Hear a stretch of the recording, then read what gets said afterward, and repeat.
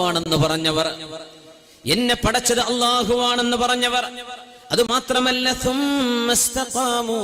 എന്നിട്ട് നേർവഴിയിൽ ജീവിക്കുകയും ചെയ്തവർ, അവർക്ക് മാലാഖമാർ സന്തോഷവാർത്ത പറഞ്ഞുകൊണ്ടാണ് അവരെ കൊണ്ടുപോകുന്നത്. അങ്ങനെ ഒരു യാത്രാമൊഴിയാണ് സത്യവിശ്വാസി കൊതിച്ചുകൊണ്ടിരിക്കുന്നത്. അള്ളാഹു നമുക്കങ്ങനെ മാലാഖമാരെ കണ്ട് സ്വർഗം കണ്ട് ഹബീബിന്റെ തിരുമുഖം കണ്ട് യാത്ര പോകാനുള്ള ഒരവസരം അള്ളാഹു നമുക്ക് നൽകി അനുഗ്രഹിക്കുമാറാകട്ടെ. ആമീൻ യാ റബ്ബൽ ആലമീൻ. അതിനാണ് ഈ പരിശ്രമം. അങ്ങനെ ഒരു നേരത്തെ രക്ഷപ്പെടാനുള്ള ആഗ്രഹമാണ് ഈ സദസ്സിലേക്ക് നിങ്ങളെ കൊണ്ടെത്തിച്ചത്.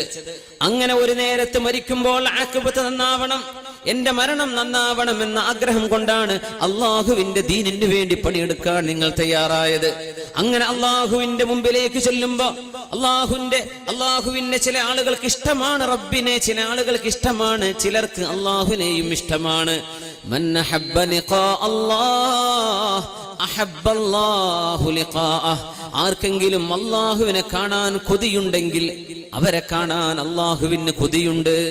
നമുക്ക് അങ്ങനെ തോന്നിയിട്ടുണ്ടോ? അള്ളാഹുവിനെ സംബന്ധിച്ച് എന്റെ റബ്ബിനൊന്ന് കാണണം, മരിച്ച അള്ളാഹുവിനെ കാണാമല്ലോ, അങ്ങനെ മനസ്സിൽ തോന്നി തുടങ്ങിയിട്ടുണ്ടോ?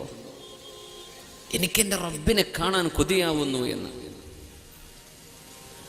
എപ്പോഴെങ്കിലും തോന്നിയിട്ടുണ്ടോ? മരിക്കാൻ തോന്നുമ്പോ റബ്ബേ എന്റെ റബ്ബിനെ കാണാൻ പോവല്ലേ. മൻ അഹബ്ബ ലിഖാ അല്ലാഹ്, ആരാണോ അല്ലാഹുവിനെ കാണാൻ കൊതിക്കുന്നത്, അഹബ്ബല്ലാഹു ലിഖാഅഹ്, അവരെ കാണാൻ അല്ലാഹുവിനും ഇഷ്ടമാണെന്ന് തിരുനബി മുഹമ്മദ്